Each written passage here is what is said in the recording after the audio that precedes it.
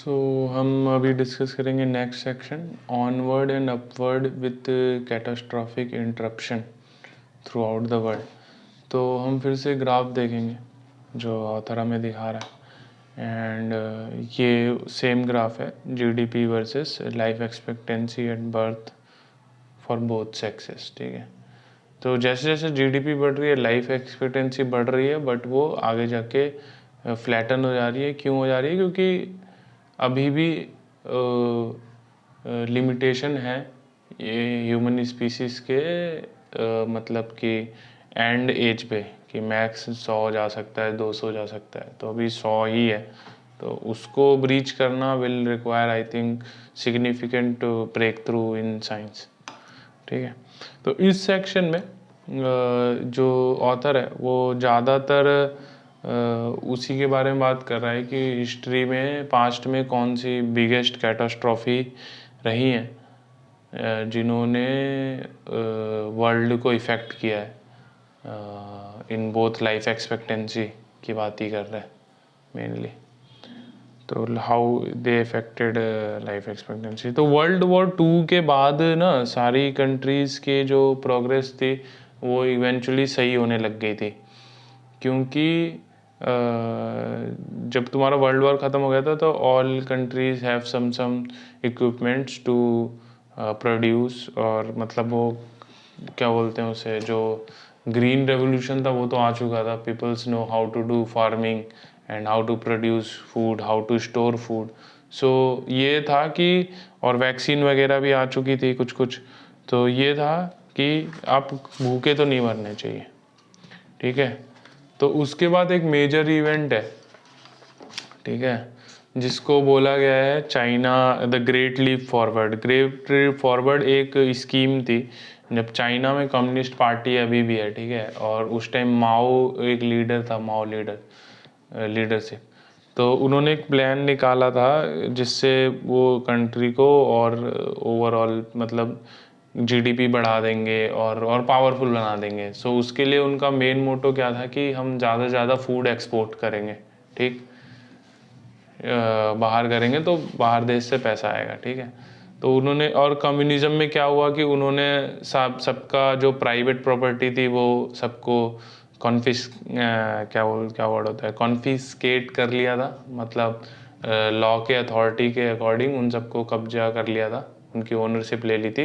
तो अब सब लोग कम्यून्स में काम करेंगे, मतलब पब्लिक रिसोर्सेज पे, पब्लिक फैक्ट्री पे काम करेंगे। ठीक है, तो अब क्या हुआ था कि जो लोग खेती भी कर रहे थे तो उनसे बोला जा रहा था कि भाई तुम हमें फूड प्रोड्यूस करके दो क्योंकि हमें एक्सपोर्ट करना है, इतना फूड चाहिए। ठीक है, अब उतना फूड प्रोड्यूस करना उस लैंड पे उतना पॉसिबल नहीं था, मतलब दे जस्ट, माओ ने क्या बोला, एक्सपोर्ट करने के लिए अनरियलिस्टिक गोल सेट कर दिए। ठीक है, तो उससे क्या हुआ कि लोगों को बहुत ज़्यादा काम करना पड़ा, और उसके बाद भी वो फूड प्रोड्यूस नहीं कर पा रहे थे, तो उसको माओ एक्सेप्ट नहीं कर रहा था। इंस्टेड उसने बोला कि भाई ये लोग अपने खाने के लिए फूड खुद बचा के रख ले रहे हैं, और मतलब कि ऊपर गलत नंबर्स दिखा रहे हैं।